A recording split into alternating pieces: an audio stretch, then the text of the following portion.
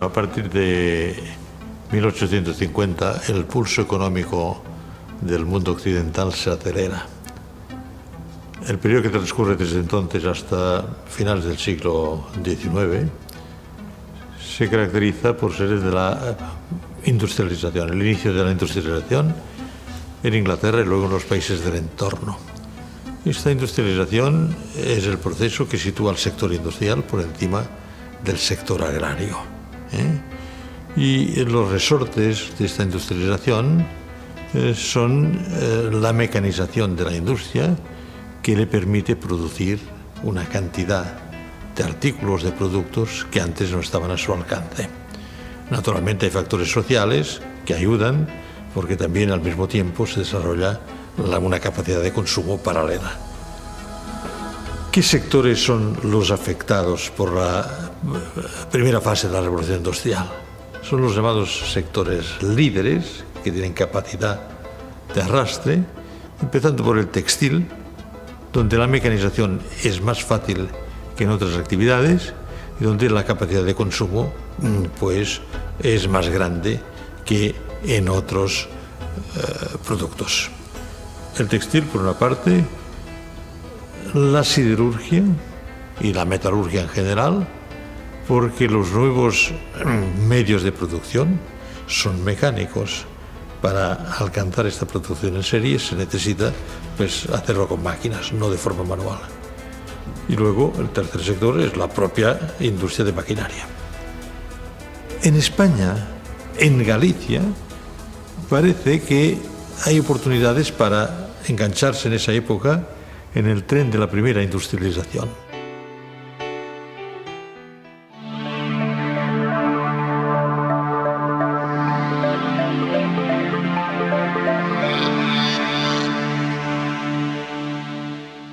A mediados del siglo XVIII, unas 75.000 mujeres y unos 25.000 hombres están ocupados en actividades artesanales en una Galicia con 336.057 hogares, solo uno de cada 20 de ellos en núcleos de más de 2.000 habitantes.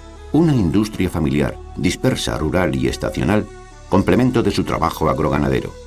Los curtidores, zapateros u olleros fabrican para el consumo local, pero las ferrerías, los telares y las bodegas de salazón de sardina lo hacen para vender en Castilla, Portugal y el Mediterráneo. Galicia posee, hacia 1750, una fuerte industria tradicional, exportadora de productos manufacturados.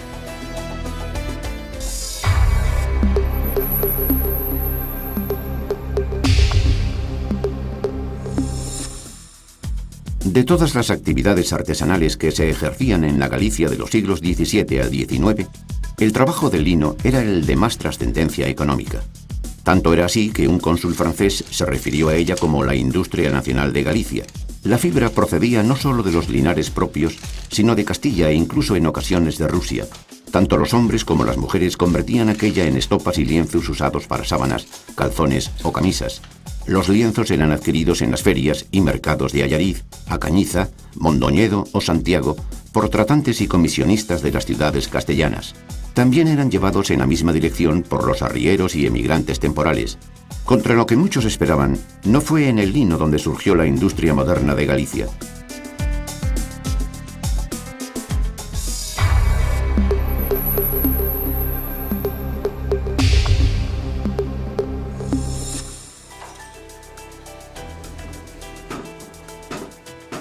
Galicia era hacia 1750 la segunda productora española de hierro en bruto, solo por detrás del País Vasco, y lo exportaba a Castilla y Portugal. Contaba con más de 20 ferrerías y 50 mazos, concentrados los primeros en la zona de Ocourel. Fue además pionera en lo que fue el paso previo a la modernización de esta industria, la sustitución de las ferrerías por los altos hornos. El de Sargadelos, construido en 1794 por Antonio Raimundo Ibáñez, fue el primer alto horno privado de la historia de la siderurgia española. Dedicado a la fundición de munición en vida de su fundador, pasaría más tarde a producir potes, tubos, cocinas y otros elementos de hierro colado, hasta su cierre en 1875. Sargadelos fue también pionero en España en la fabricación de loza blanca de consumo ya hacia 1810 y más tarde en loza estampada y ladrillo refractario.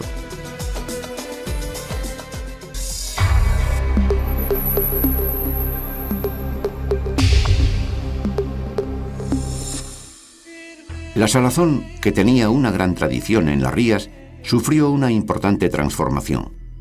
La antigua y artesanal técnica del escochado fue sustituida por la del prensado, que permitía alargar el período de conservación, al tiempo que empresarios gallegos y sobre todo catalanes, los denominados fomentadores, construyeron factorías en las que se concentraban hombres y mujeres que cobraban un salario. Hacia 1850 existían ya en las rías 250 de estas factorías. La sardina salada gallega era una fuente de proteínas barata y en el siglo XIX pasó a formar parte de la dieta cotidiana de los mineros del plomo del sudoeste español y de los trabajadores textiles catalanes, llegando sus exportaciones a los puertos italianos, franceses e incluso a Cuba.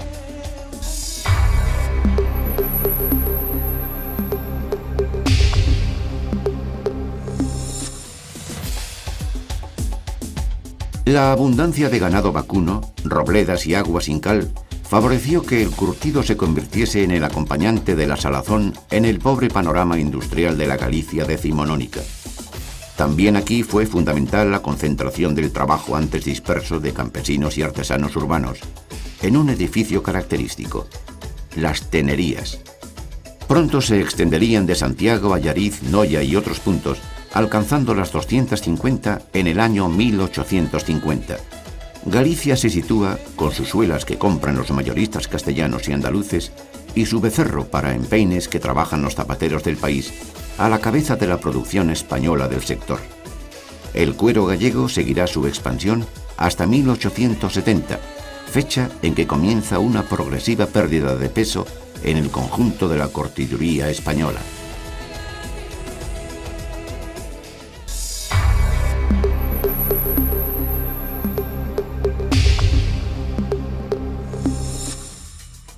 El mayor y más avanzado establecimiento industrial de aquel siglo en Galicia fue, en todo caso, el Arsenal de Ferrol. De sus instalaciones habían ya salido más de la tercera parte de los buques que la Armada española poseía en vísperas de Trafalgar. En 1796 había sido una de las primeras factorías españolas en disponer de máquinas de vapor y desde mediados del 19 tendría un importante éxito en la fabricación de los mecanismos propulsores para sus buques. El segundo gran establecimiento en cuanto a empleo, la fábrica de tabacos de A Coruña, también pertenecía al sector público. En ella llegaron a trabajar más de 2000 mujeres, siendo, a diferencia del Arsenal, el carácter tradicional y manual de sus labores uno de sus rasgos característicos.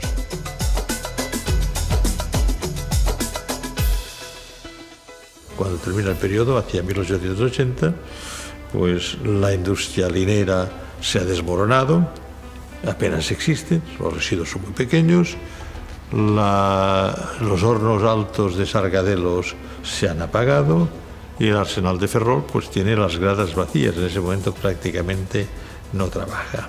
Habría que explicar las razones de este fracaso, sintetizando, pues falta de condiciones naturales para el hierro, para la mecánica se necesita mucho carbón. Galicia no lo tiene que importarlo de fuera, le cuesta mucho porque no tiene tradición comercial, apenas exporta nada, no hay retornos, etc.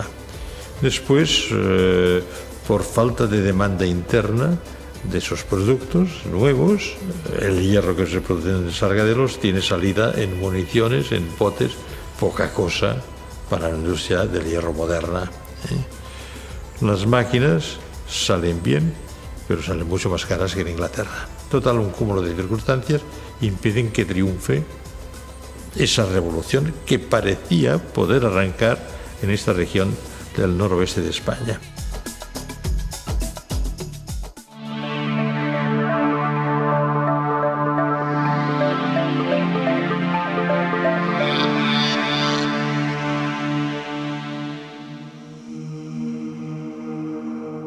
Con sus chimeneas humeantes y sus filas de trabajadores acudiendo a las fábricas, el de las conservas herméticas de pescado, que tuvo su primer desarrollo en los años 1880 a 1908, fue nuestro primer sector fabril. La conserva fue además un elemento impulsor de otras actividades que en conjunto alumbraron la llegada a Galicia de la industria moderna, que los telares y las ferrerías habían sido incapaces de arraigar.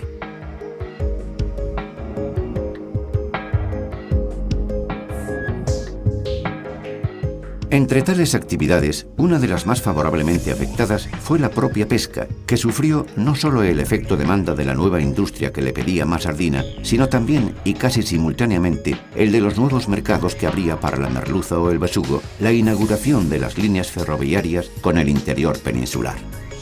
El efecto conjunto de ambas demandas daría lugar a todo un entramado de industrias marítimas, en torno al que crecieron villas como Cangas, Marín, O Grove, Ribeira, a Illa de Arousa, a Pobra do Caramiñal, Cariño o Celeiro. Vigo concentrará en todo caso la mayor parte de este impulso que lo convierte en la indiscutible capital industrial de Galicia. Si en Cataluña la industria de fábrica nació con el textil y en el País Vasco lo hizo con el hierro, en Galicia puede decirse que llegó del mar.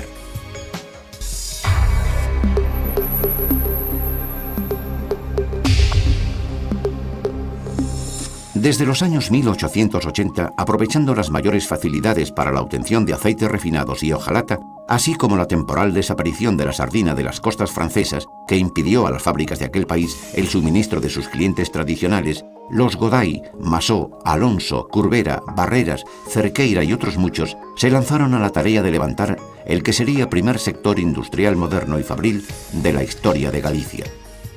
Bajo influencia tecnológica francesa y enlatando sardina en aceite para el mercado exterior bajo aquella etiqueta, fábricas, producción y exportaciones crecieron ininterrumpidamente hasta 1908. La industria conservera gallega era ya antes de la Primera Guerra Mundial una de las más importantes del mundo y basa su competitividad en los bajos precios de la sardina y de una mano de obra flexible y predominantemente femenina. En 1904 se funda la Unión de Fabricantes de Conservas, primera patronal de la historia de Galicia, y en 1912 la Unión de Trabajadores de las Fábricas de Conservas de la Ría de Vigo.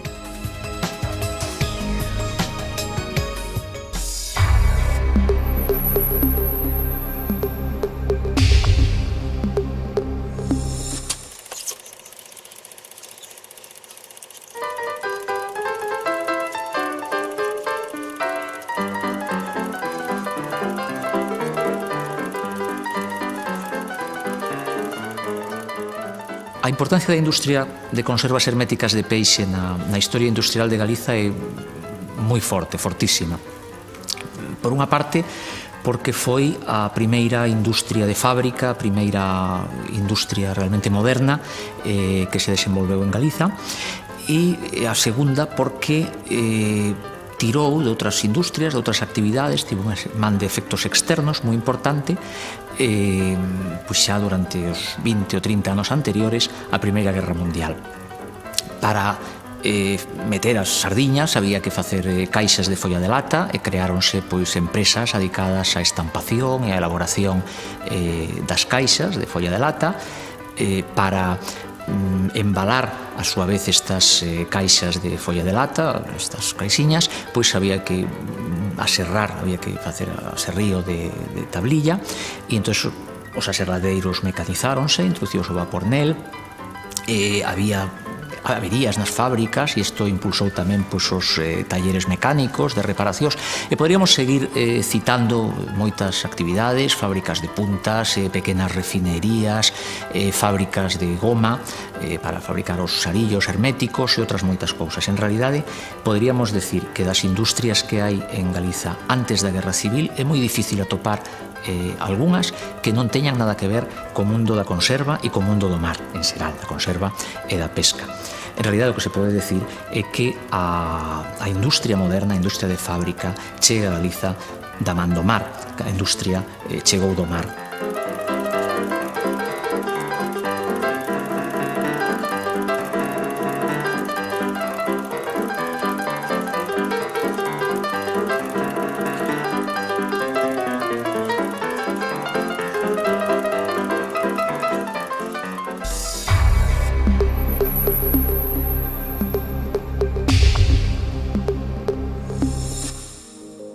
El desarrollo de la pesca al vapor, que comienza en Galicia en la década de 1880, fue un revulsivo para la construcción naval. Talleres vigueses como los de Sanjurjo Badía o La Vulcano comienzan a montar máquinas de vapor inglesas sobre cascos de madera usados y pronto, en 1892, un astillero instalado en la viguesa playa del Areal, el de Viuda de Hijos de J. Barreras, comienza a hacerlo en cascos ya diseñados a aquel efecto. Pronto entrarán en el negocio Llauger, Cardama, Troncoso y Santo Domingo o Freire, y pronto unos y otros empezarán a montar también calderas y máquinas fabricadas en Vigo. Un desarrollo tecnológico que culmina en 1934, cuando Barreras comienza la fabricación de motores diésel.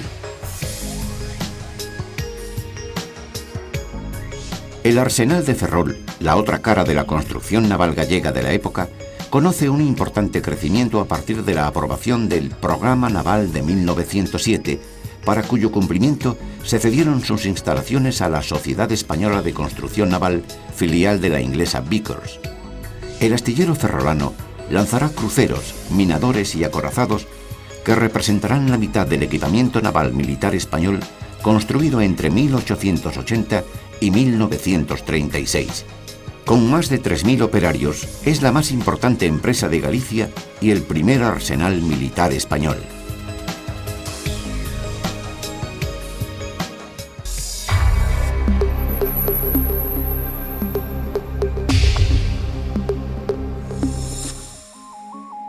Fuera del ámbito del mar, la industria se limita a algunas iniciativas de carácter singular. Fue el caso de la fábrica de sales y jabones de La Toja, pionera en el diseño y el marketing. El de Barro Chavín, precursora en la fabricación de piezas para automoción. El de Lámparas Iria, fabricante en el padrón de los años 20 de lámparas incandescentes con patentes propias. O el de Calzados Senra, la gran fábrica coruñesa de zapato mecánico y en serie, seguidora del modelo checo o norteamericano. Sectores propiamente dichos son la fabricación de material de construcción que alimenta el crecimiento urbano del litoral y la electricidad, que comienza a alumbrar ciudades y pueblos y a mover algunos tranvías.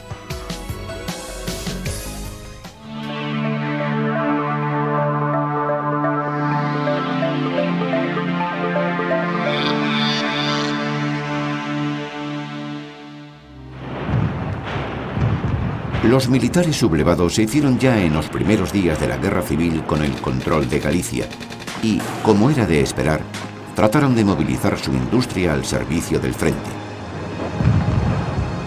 Los astilleros, fábricas de envases y talleres de construcciones metálicas y mecánicas fueron inmediatamente militarizados, pasando a fabricar bombas, blindajes y diverso material de guerra. Las conserveras proporcionan latas de ración para los soldados y para la exportación a Alemania. El traslado de la fábrica de armas de Oviedo a Coruña en 1937 y la creación de algunas químicas efímeras completa el panorama industrial de la guerra en Galicia.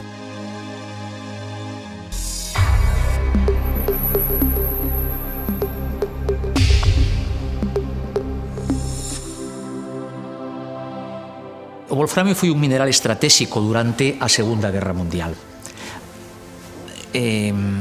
Alemania non o tiña no seu territorio e precisaba recurrir a países que foran relativamente próximos e que ademais foran amigos, entre comillas. España era un deles e dentro de España as principais minas de wolframio estaban en Galiza. Deste xeito, os alemáns instaláronse en Galiza, compraron minas por unha parte e compraban tamén o mineral no mercado libre. Como os americanos e os ingleses se decataron axiña de que tiñan esta dependencia do mercado galego de wolframio, viñeron eles tamén e empezaron a comprar no mercado libre. O resultado foi que os prezos se dispararon.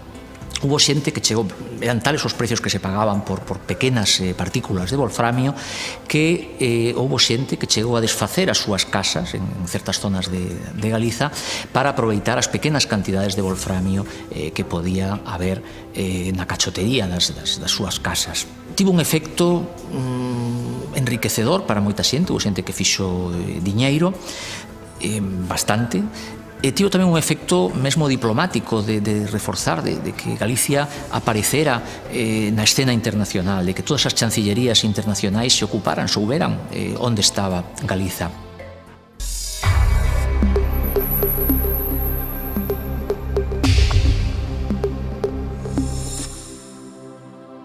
El sector eléctrico gallego de la preguerra civil tenía una escasa importancia, nunca más del 5 o 6% del total español. Pero los apagones de la posguerra y la inminencia de la construcción de una red nacional de alta tensión despertaron el interés por los recursos hidráulicos gallegos todavía inexplotados. En pocos años, el Miño y el Sil se convirtieron en generadores de más del 12% de la producción eléctrica española. De las 3 empresas que construyeron los embalses, Saltos del Sil e Hidroeléctrica de Moncabril exportaron desde un principio su energía, contribuyendo de forma relevante al final de los apagones en Madrid y otros centros urbanos. Fenosa, la única gallega, la destinó a su propio mercado. Aunque la unificación de tarifas para toda España que se produce en 1953 no permite traducir a diferencias de precios las ventajas de disponer de una energía cercana y abundante, la explosión hidroeléctrica influyó, por la vía del contraste, entre una España escasa y una Galicia pletórica de aquella, en la instalación de empresas intensivas en este recurso, tales como Genosa, Alugasa, Cedie, Enfersa, Fertiberia o Silicios de Sabón, entre otras.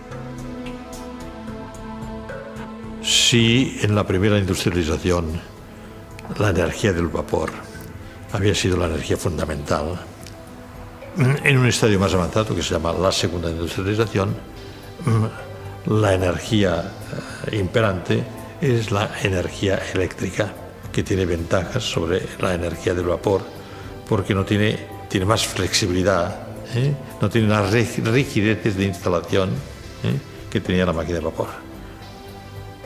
La máquina de vapor necesitaba estar cerca de las cuencas de hulla, y si no, pues el coste de transporte de la hulla de otros países resultaba muy caro.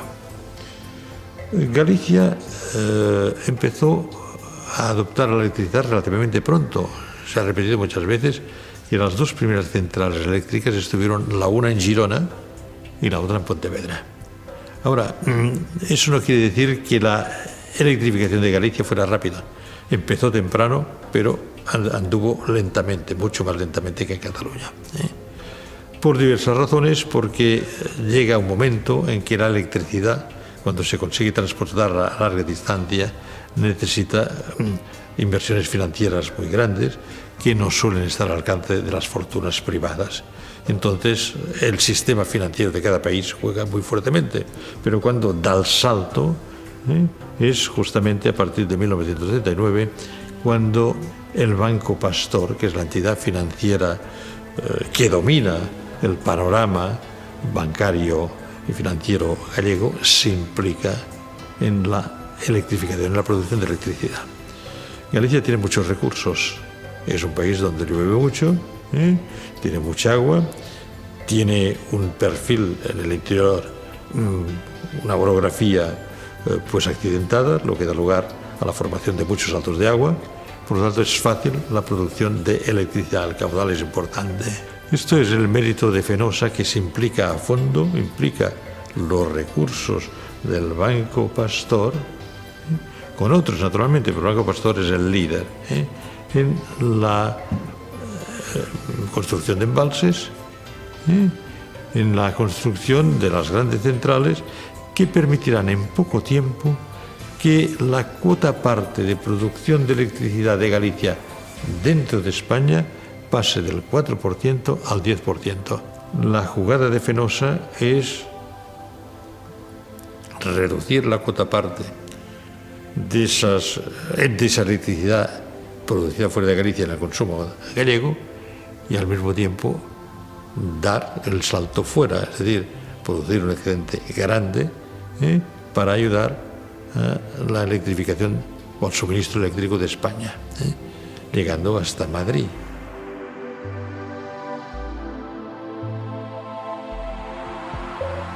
La gran protagonista del cambio industrial en la Galicia de los 40 y los 50 fue la industria eléctrica.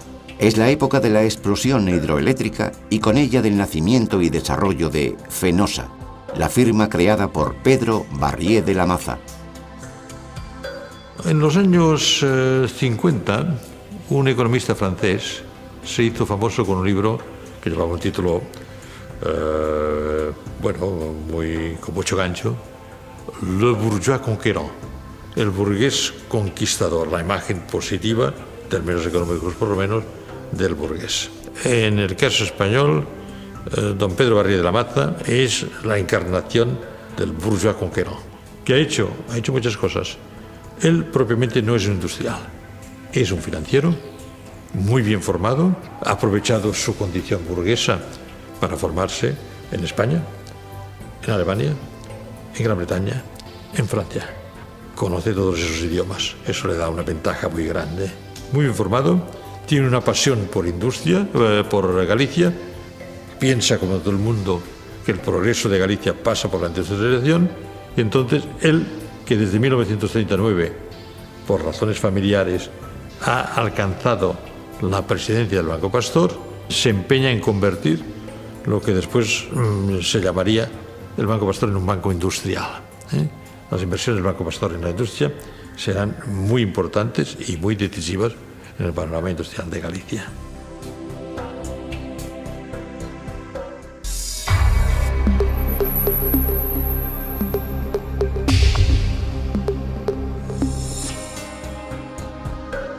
Desde 1939, la construcción de buques de pesca contará con crédito oficial barato y a largo plazo. Tales facilidades indujeron tanto a la ampliación de los astilleros existentes como la creación de otros nuevos, de entre los cuales el más importante fue Astano, nacido en 1941 y ligado al Banco Pastor a partir de 1944. Las fuertes fluctuaciones de la pesca animarán pronto a este, a Vulcano y al tradicional Barreras a entrar en la construcción de cargueros y petroleros para diversificar riesgos. Para ello, ampliaron sus instalaciones y el astillero ferrolano llegó a convertirse ya en los 60 en uno de los más importantes de Europa. La ampliación de las áreas de pesca y el desarrollo de la congelación a bordo que se produce en aquella década creó nuevas demandas que satisficieron sobre todo a Ascón, Barreras y Freire. En el sector público, el antiguo astillero ferrolano se había integrado en 1947 en la empresa nacional Bazán, lo que le había permitido continuar con su tradicional especialización militar. Unos y otros factores convirtieron la década de 1960 en la década de oro de la construcción naval gallega. A su final, en 1971, trabajaba en este sector 1 de cada 10 ocupados en la industria.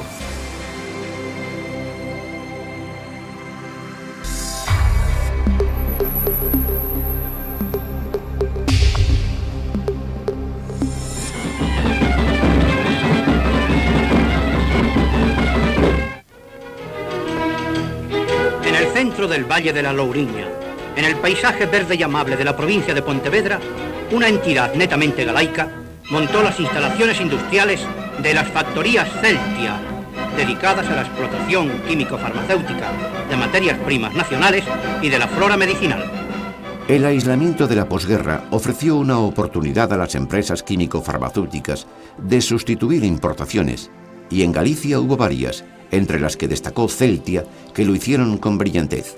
Fue esta última cobijo de un amplio grupo de científicos represaliados por el régimen, y en ella se sintetizaron medicamentos a partir de materias vegetales y marinas, así como de los subproductos del sacrificio del ganado, otro ramo este de los negocios de la familia Fernández López, propietaria de la empresa. Hacia 1945 fabricaba insulina, sulfamidas y vitaminas, así como el popular ZZ.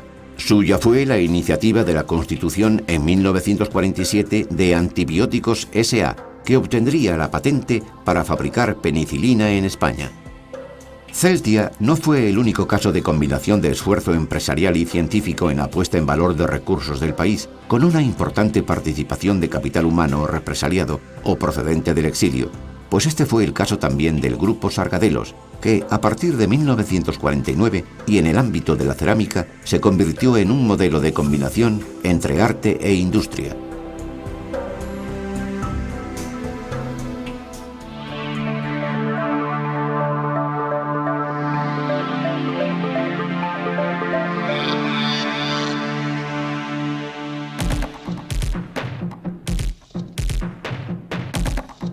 A crise económica da década de 1970, que foi unha crise sobre todo industrial, tivo efectos dramáticos sobre a industria galega.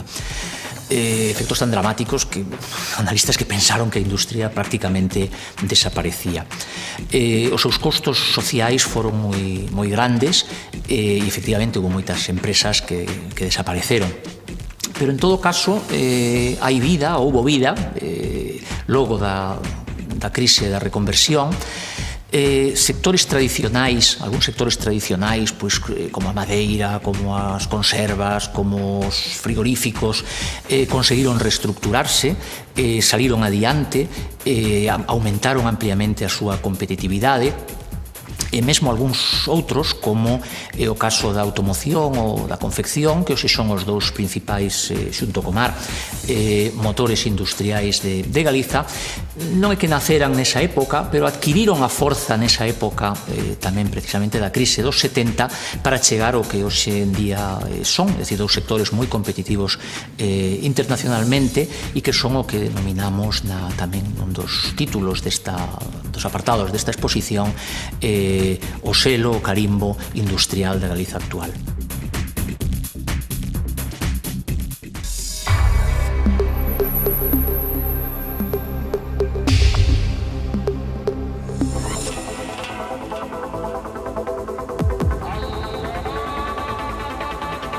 Estratégica situación marítima, zona franca, mano de obra cualificada y suministro de electricidad fiable cuando la mayor parte de España no había escapado todavía de los apagones, ayudan a explicar la instalación de Citroën en Vigo en 1958. La planta viguesa ha pasado desde entonces por etapas difíciles, como fueron los comienzos de los años 1970 y 1980, en los que coincidieron problemas de saturación del mercado español con problemas de la matriz francesa, y por etapas de esplendor, como la segunda mitad de los 70 o el decenio que comienza en 1993, pero en todo caso creciendo siempre en el medio plazo, hasta convertirse en el motor que es hoy de la industria gallega. De ser la pequeña planta especializada en prácticamente un único vehículo, el 2 caballos, que es lo que era a comienzos de los 70, es hoy la primera planta española dedicada a la fabricación de turismos y derivados. De producir únicamente para el mercado español, tal como hizo durante sus primeros 15 años, a tener en la exportación el destino de más del 80% de sus vehículos. Estos cambios han creado las condiciones para el desarrollo en el entorno vigués de una red de fábricas de componentes que comenzaron vendiendo a Citroën, pero que en la actualidad han diversificado su cartera de clientes y representan un empleo total superior al de la propia ensambladora.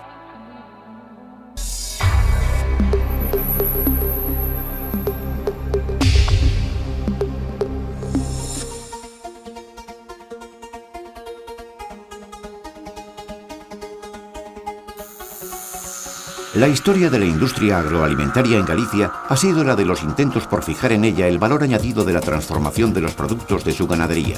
Su consolidación ha sido, en todo caso, reciente, posterior a 1960. El matadero frigorífico de Oporriño fue el precursor, pero el gran proyecto en este ramo fue Frixa, abierto en Luga en 1958, que llegó a representar casi el 10% de la producción española de canales de vacuno.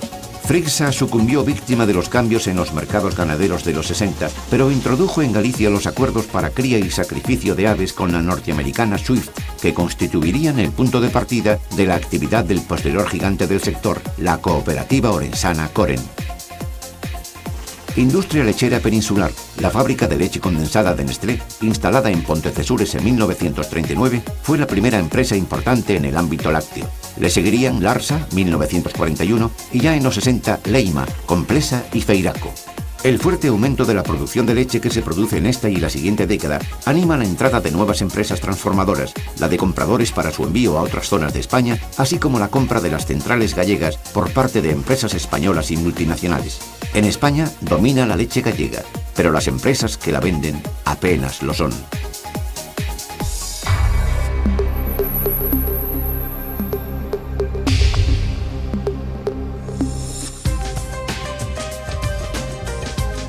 Algunos sectores ya tradicionales como la madera y la conserva han sufrido en las últimas 3 décadas una espectacular reestructuración coronada por el éxito.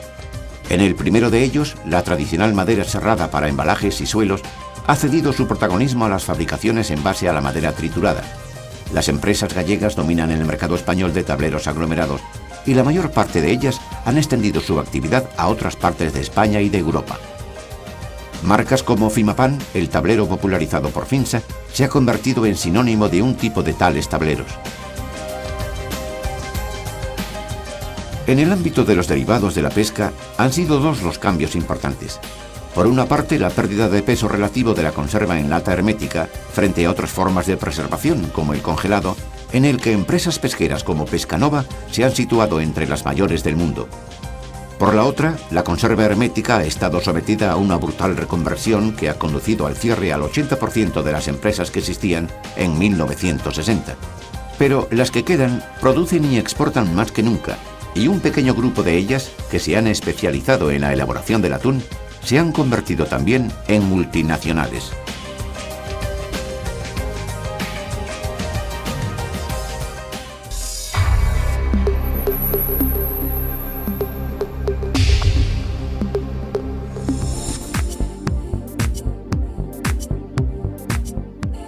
Las empresas de confección gallegas, en un país donde la tradición textil de producción se había acabado con el lino, es que no teme a los tigres asiáticos y compite con qué? Compite con diseño y sobre todo con organización comercial. Esto es una novedad absoluta.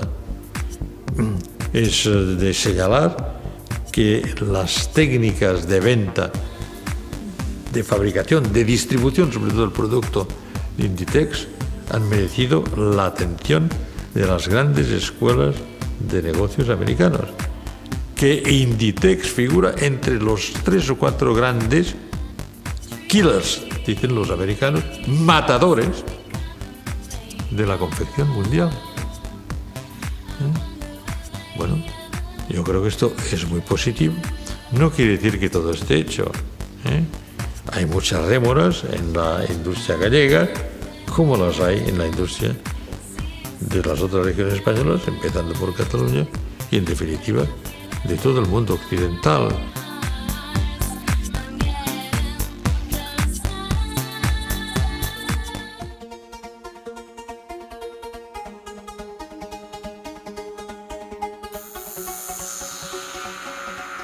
La confección en serie tenía aún en la España de los años 60 una imagen de vulgaridad frente a la realizada a la medida y un peso económico inferior. Por eso, cuando en la década siguiente un grupo de nuevos empresarios gallegos, en su mayoría procedentes del mundo de la sastrería, decidieron incorporar la moda a la confección en serie, poniéndola así al alcance de nuevas capas sociales, estaban entrando en un sector que tenía en gran parte las características económicas de una industria nueva. Como tal, las posibilidades de crecimiento eran muy grandes y las economías de aglomeración previas, que probablemente habrían orientado a esta industria hacia otros lares, tenían poca importancia. La reserva de mano de obra femenina y el ambiente favorable a la creación de empleo durante los años de la crisis les permitió externalizar las fases más intensivas en trabajos sin problemas sindicales. Todo ello, unido a la buena factura de sus estrategias empresariales, centradas unas veces en impactantes campañas publicitarias y otras en la logística y la automatización, colocaron al sector en una posición muy favorable para aprovechar la recuperación económica de mediados de los 80 y la incorporación a la Unión Europea. Dominando el mercado español con 2 empresas en bolsa y una de ellas importantísima multinacional, Adolfo Domínguez e Inditex, el sector de la confección es hoy uno de los puntales de la industria gallega.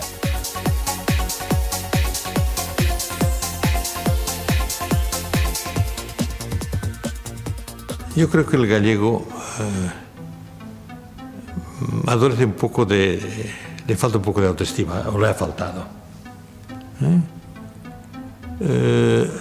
Existe, incluso entre los medios académicos, la idea del gallego quizá poco emprendedor, muy encerrado en su parcela y por lo tanto poco apto para ese mundo globalizado tan abierto que es y que será todavía mucho más el mundo que viene.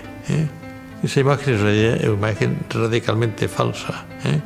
Y lo que hay que ponderar son las manifestaciones, las muestras de que la globalización ha sido entendida perfectamente por algunas parcelas del empresariado gallego. Se puede citar Pescanova, que está en todo el mundo, se puede citar la construcción naval, que hoy construye barcos de todas las modalidades y de todos los materiales, ya que materiales plásticos también, se ha puesto al día para armadores extranjeros de países muy avanzados.